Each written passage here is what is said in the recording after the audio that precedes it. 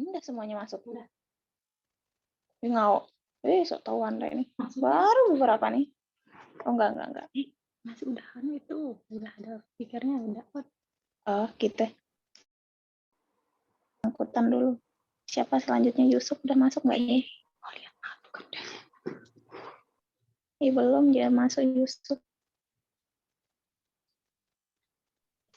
Mohon maaf Kak Mega. Iya.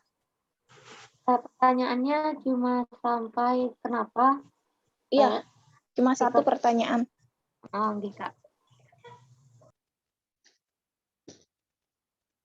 Emang benar kata Ibu, kita semangat mencari kesalahan. Astagfirullahaladzim, manusia.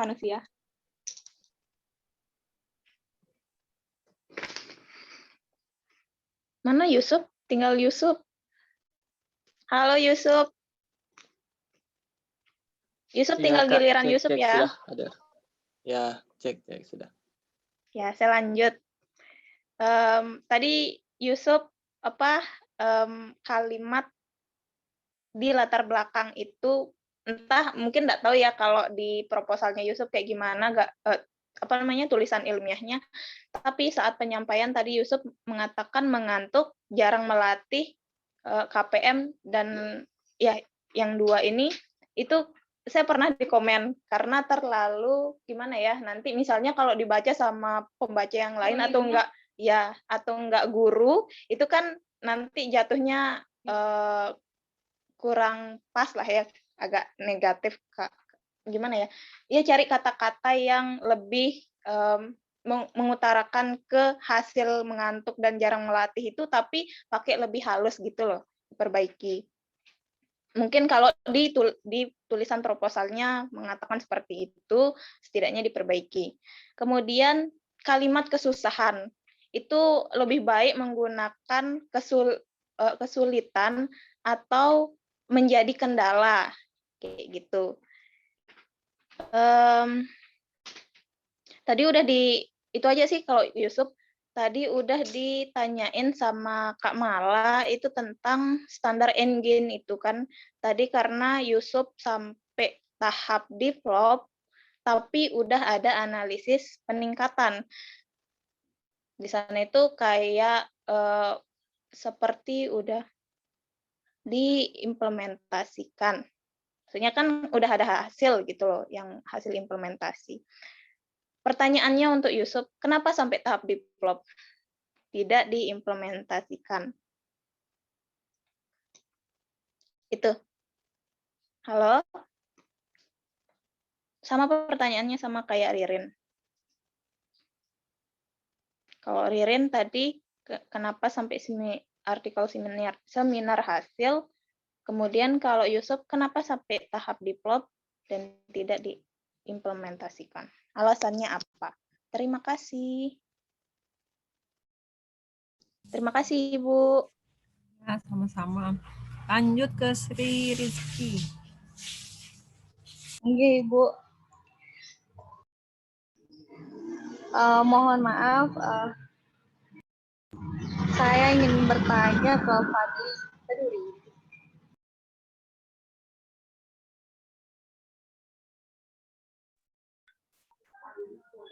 Mohon maaf, Bu. Saya ingin bertanya ke Fadli mengenai definisi operasional. Jadi mohon maaf sebelumnya, menurut pemahaman saya, mungkin bisa aja saya keliru, mohon bimbingannya juga Ibu ya. Jadi menurut saya, definisi operasional, sepemahaman saya, definisi operasional itu adalah suatu konsep dari peneliti itu sendiri mengenai variabel yang akan diteliti. Gitu menurut saya Ibu ya. Nah terus yang saya lihat di definisi operasional Fadli itu kayak panjang dan menurut para ahlinya. Yang ingin saya tanyakan di Fadli, menurut Fadli definisi operasional itu sebenarnya seperti apa? Mungkin bisa meluruskan pemahaman saya yang keliru. Gitu mohon bimbingannya juga Ibu. Terus yang kedua, saya ingin bertanya kepada Ririn, apa alasan Ririn memilih materi fluida statis? Sekian, Assalamualaikum. Waalaikumsalam warahmatullahi wabarakatuh. Ada lagi yang ingin bertanya?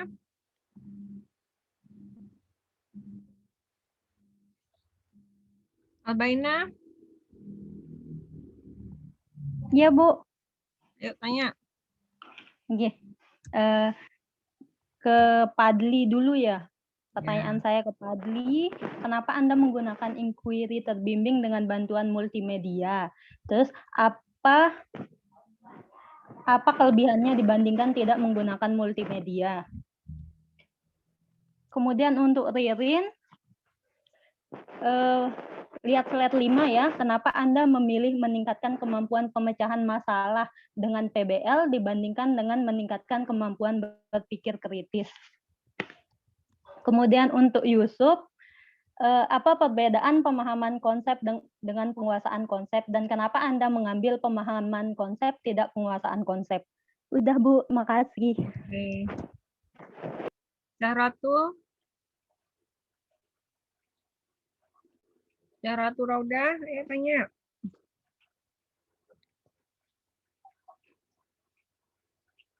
Ya, Apa Bu ya? Nggak ada. awas, pokoknya tunggu. Sambil menunggu Zahratul Raudah menyusun pertanyaan, silakan tadi dijawab dari Fadli, kemudian Ririn dan Yusuf ya. Dijawab dulu semua pertanyaan yang untuk Fadli, kemudian baru ke Ririn dan ke Yusuf. Oke, silakan.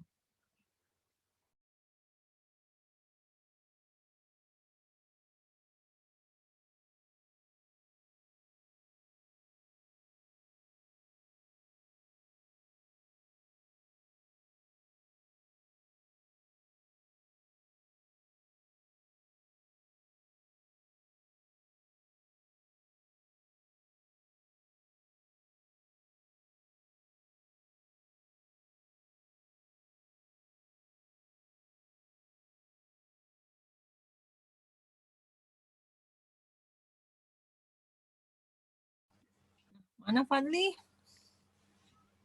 Iya Bu, masih menyusun kata-kata untuk menjawab pertanyaan-pertanyaan yang tadi Bu.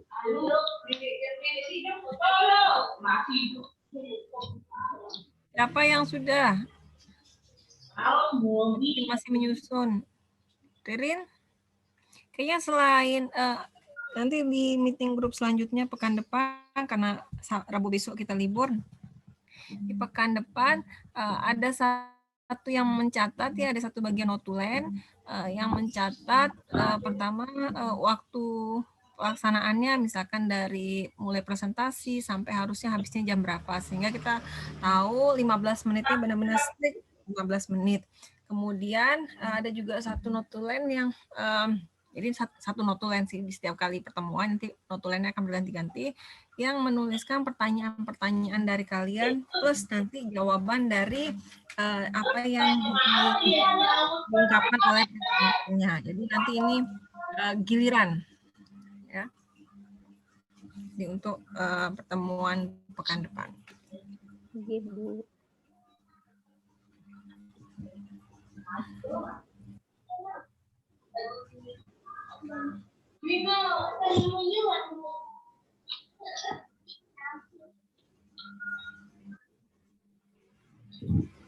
Pertanyaan yang paling banyak untuk Fadli, kenapa pilih menggunakan multimedia? Oke, saya coba jawab dulu ya. Nah, kenapa saya memilih multimedia, inquiry terbimbing berbantuan multimedia? Nah, karena inquiry terbimbing itu kan mode pembelajaran yang berbasis discovery atau penemuan. Nah, dengan berbantuan multimedia, multimedia itu sendiri kan ada dua. Yang pertama ada multimedia yang interaktif dan multimedia interaktif. Pokoknya multimedia interaktif dan apa satu dan multimedia dan laboratorium virtual itu merupakan salah satu bentuk objek multimedia interaktif itu sendiri. Nah, itu alasan saya mengapa memilih multimedia kemudian berbasis laboratorium virtual. Nah, karena kan tadi ada kaitannya dengan inquiry terbimbing yang memerlukan discovery atau penemuan. Nah, dengan adanya laboratorium virtual ini dapat mengatasi kan yang sekarang kan pembelajaran masih bersifat daring. Nah, untuk praktikum di laboratoriumnya sendiri itu kan masih tidak diperbolehkan. Nah, dengan adanya laboratorium virtual ini itu dapat mengatasi permasalahan tidak dapat melakukan praktikum secara langsung itu, Bu. Itu. Bagaimana Kak Mega yang nanya aja. Ya.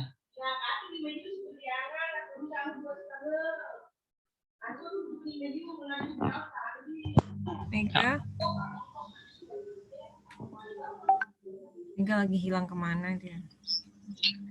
Nggih, Bu. Multimedia yang seperti apa? Pertanyaannya Mega tadi. Multimedianya itu dalam bentuk laboratorium virtual. Kurang lebih untuk gambarannya itu sama seperti PET, tapi dibuat sendiri gitu, Bu. Bukan dibuat sendiri sih, lebih tepatnya dikembangkan dari lab virtual milik siapa? Milik Profesor Wandah Wibawanto kalau nggak salah namanya. Nah, kenapa itu tidak diungkapkan di tinjauan pustaka? Oh iya, itu makanya lupa, Bu. Kan jadinya kan bedanya? Malah sama Mega yang berkelahi di remote dulu, yang berkelahi di depan laptop. Jadi tampilkan misalkan dia multimedia, harusnya kan kamu menampilkan bagaimana orang tertarik dengan multimedia apa sih yang dikembangkan gitu. Jadi kalau misalnya cuma multimedia apa? Terus tadi kan penjelasannya cuma laboratorium virtual apa?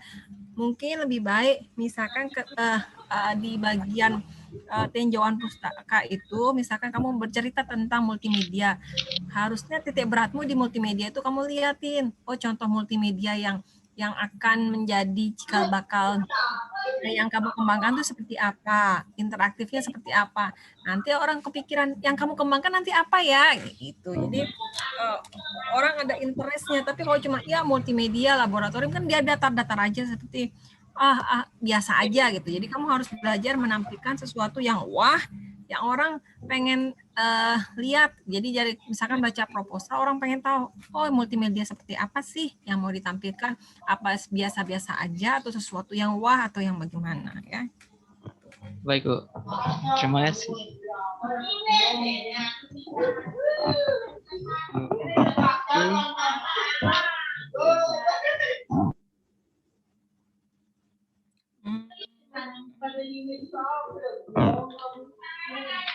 Untuk Ririn tadi dari Mala tulisannya terlalu kecil. Kemudian batasan masalah perlu prolog, pokok bahasan. Sekarang sudah diganti menjadi materi pokok. Kemudian persentase, bukan apa tadi? Penyebutan kosong, kata kosong. Apa kekurangan model yang Anda gunakan, Ririn? Ya, Bu. Kenapa? Untuk kekurangannya, yang pertama, tidak semua materi pelajaran cocok menggunakan model PBL, Bu. Terus pelaksanaan pembelajaran akan terlalu... Yang mana yang cocok? Asin jangan dulu dipotong.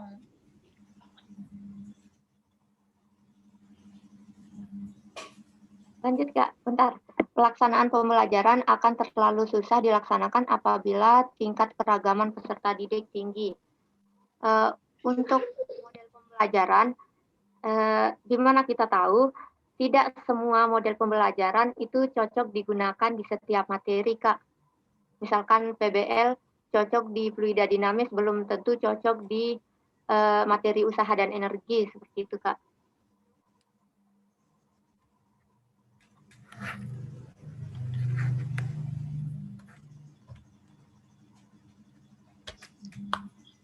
Udah itu aja kekurangannya. Nggih.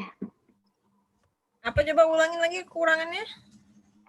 Tidak semua materi pelajaran cocok menggunakan model PBL. Terus? Terus pelaksanaan pembelajaran akan terlalu susah dilaksanakan apabila tingkat keragaman peserta didik tinggi. Terus? Cuma itu aja, Bu. Dari mana dapat 2 kekurangan? Dari menurut Soimin tahun 2016, Bu. Berarti coba cek lagi nanti di artikel-artikel penelitian lagi, mungkin ada lagi. Biasanya kalau kekurangan biasanya nggak cuma 2 tuh. Jadi ditambahkan lagi apa kekurangannya ya. Terus kalau menjawab ke poin-poinnya saja, jangan membaca. Karena kalau kita membaca itu artinya kan dari suara udah ketahuan dia membaca. Karena kalau kita membaca itu artinya kita nggak menguasai. Kenapa kita nggak menguasai? Karena kita nggak baca apa yang kita tulis. Jadi hanya ketik saja, tapi nggak tahu. Tapi kalau misalkan kita baca, oh ya kekurangannya ini kan ini lebih kelihatan Anda menguasai materinya. Terus tadi ditanya sama si Rizky, mengapa memilih topik fluida statik? Benar ya, kamu fluida statis ya? Apa saya salah? Dinamis, Bu. Hah? Dinamis. Kenapa menggunakan ya? Kenapa memilih topik fluida dinamis?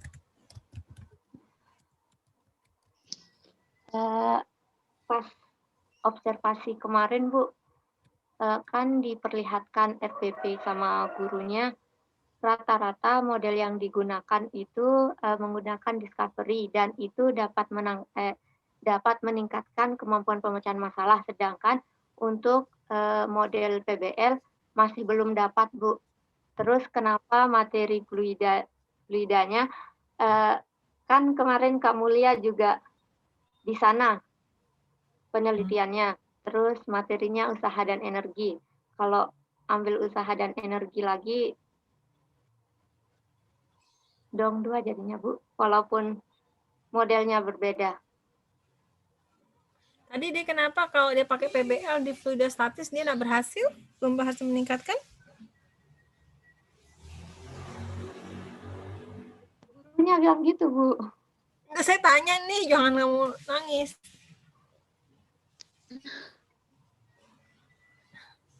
Gurunya bilang gitu. Iya, Bu. Berarti dia udah pernah harusnya kamu kejar lagi. Kenapa dia nggak berhasil? Iya. Nanti dikejar lagi gurunya. Kenapa? Nggak nanya sampai situ. Nah, harusnya ditanya.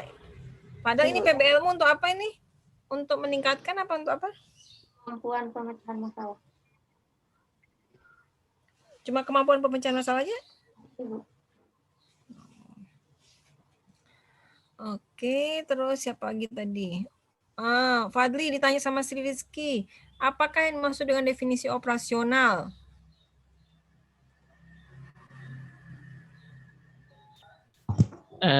Tadi kan sudah sudah diberikan definisi dari definisi operasional itu sendiri oleh Sri Rizkyani, dan menurut saya juga seperti itu definisinya, dan dari yang saya dengar, dari yang saya tangkap tadi dari Sri Rizkyani pada saya itu kenapa definisi saya itu terlalu panjang-panjang, mungkin seperti itu, Sri?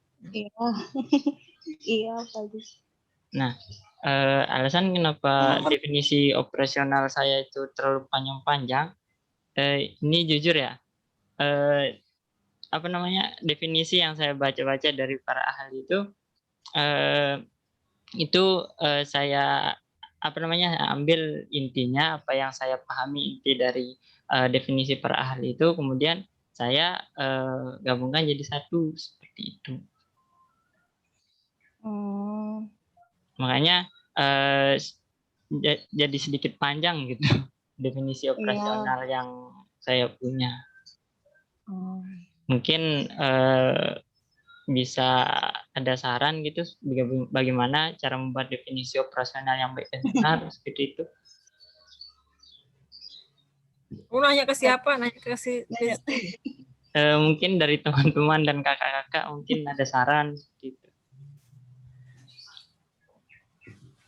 Atau Sri mungkin ada saran. Apa itu? Jangan.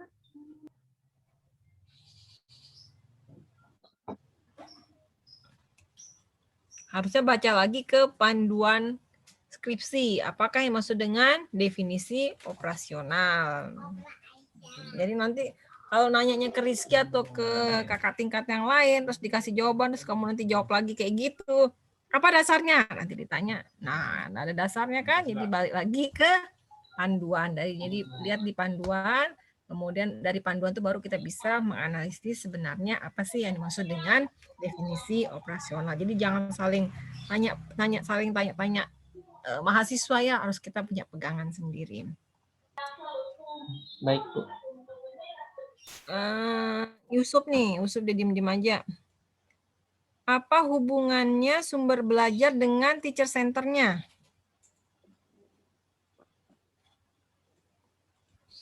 So, Yang Bu, ya cek. apa hubungan sumber belajar dengan teacher center-nya? Tanya sama Mala tadi. Oke, baik. Jadi sebelumnya mungkin saya minta maaf terlebih dahulu jika jawaban yang saya berikan ini kurang memuaskan kakak-kakak.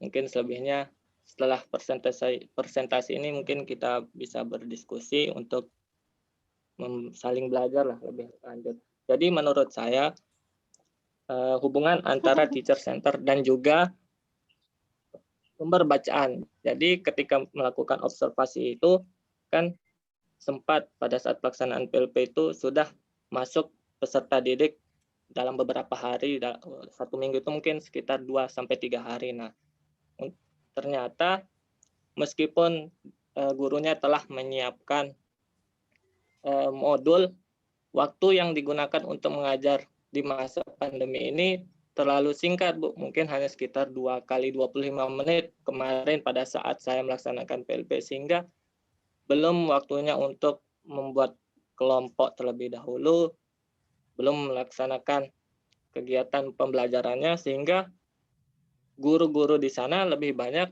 mengajar dengan sifat teacher center begitu, Bu. Jadi walaupun ada modulnya, mungkin modulnya diberikan kepada peserta didik untuk dibaca terlebih dahulu di rumah, sehingga pada pertemuan berikutnya peserta didik sudah mengetahui atau memahami materi yang akan dibahas di pertemuan selanjutnya. Begitu, Bu. Kenapa dia jadinya teacher center?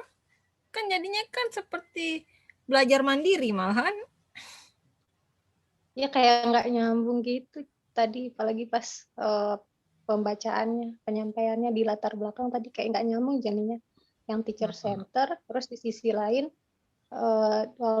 walaupun banyak sumber belajar lainnya gitu lah. Apa kalimatnya tadi lupa. Jadi kayak kurang pas gitu. Baik, Bu. Kemudian ini pertanyaan paling banyak untuk Yusuf nih. Kenapa ada endgame padahal penelitiannya ini cuma sampai tahapan develop? Ya, jadi di sini mungkin murni kesalahan saya pribadi, Bu, ya, yang belum terlalu memahami terkait skripsi pengembangan ini. Jadi saya mengira ketika kita telah melaksanakan sampai tahap development itu, kita dapat melaksanakan uji terbatas sehingga kita dapat pergi ke sekolah untuk mencoba perangkat yang telah kita rancang sebelumnya, Bu. Karena pada tahap disseminate itu saya sepemahaman saya itu yang dilakukan ialah kalau dari masukan dari Ibu kemarin melakukan seminar hasil plus submit proposal di artikel, jurnal. mana ada proposal? Ya. Bu, submit artikel di jurnal. Nah, jadi mungkin pemahaman saya masih kurang gara-gara saya mengira pada tahap development itu kita sudah bisa terjun ke lapangan untuk melakukan uji terbatas, Bu. Begitu. Kan benar bisa, tetapi enggak kamu bahasakan. Tadi kan cuma sampai uji validasi aja. Iya, Bu. Ya. Terus pertanyaan Tony nih. Benar ya pertanyaan Tony. Kenapa dilakukan di UNRAM? Padahal tadi ada mau uji terbatas. Ya, jadi mungkin eh, uji terbatas ataupun observasinya itu memang mungkin dilakukan di sekolah, akan tapi perancangan ataupun pembuatan perangkatnya itu dilaksanakan lebih banyak di kampus, Bu, sebelum akhirnya nanti dilakukan uji terbatas ke sekolah. Jadi saya menaruh tempat di skripsi pengembangannya itu di FKIP Universitas Mataram, begitu, Bu. Nah, itu kayaknya juga enggak ini tepat ya kalau memang ada uji terbatas, kemudian Anda menerapkannya, kemudian melihat pretest post-testnya, kayaknya perlu juga tambahan untuk si sekolahnya sih ya. Ya, itu dari sisi Tony loh ya. Jadi kamu apa-apaan kita taruhlah sama Tony. Gitu. Kemudian pertanyaan dari Tony. Tony juga lagi happy nih, dia mau bertanya sampai nyisir dulu tadi. Pertanyaannya Tony selanjutnya adalah bagaimana dengan analisis penelitiannya? Kan Yusuf tadi punya 2 variabel, ada berpikir kritis, ada penguasaan konsep. Nah, apakah ini bisa dianalisis secara bersamaan? Jawab tuh. Baik, terima kasih sebelumnya jawabannya atas pertanyaannya Herman Tony. Jadi mungkin menurut saya analisis datanya itu dapat dilaksanakan secara bersamaan, akan tetapi perlu diberikan evaluasi secara bersamaan juga. Jadi pertama diberikan soal instrumen untuk pemahaman konsep, setelah menyelesaikan instrumen tes pemahaman konsep, kemudian dilanjutkan untuk mengisi instrumen kemampuan berpikir kritis sehingga didapatkan terlebih dahulu data dari kedua tes instrumen tersebut, sehingga jika datanya sudah diperoleh mungkin nanti analisis datanya itu bisa dilaksanakan secara bersamaan, akan tapi mungkin secara pelaksanaannya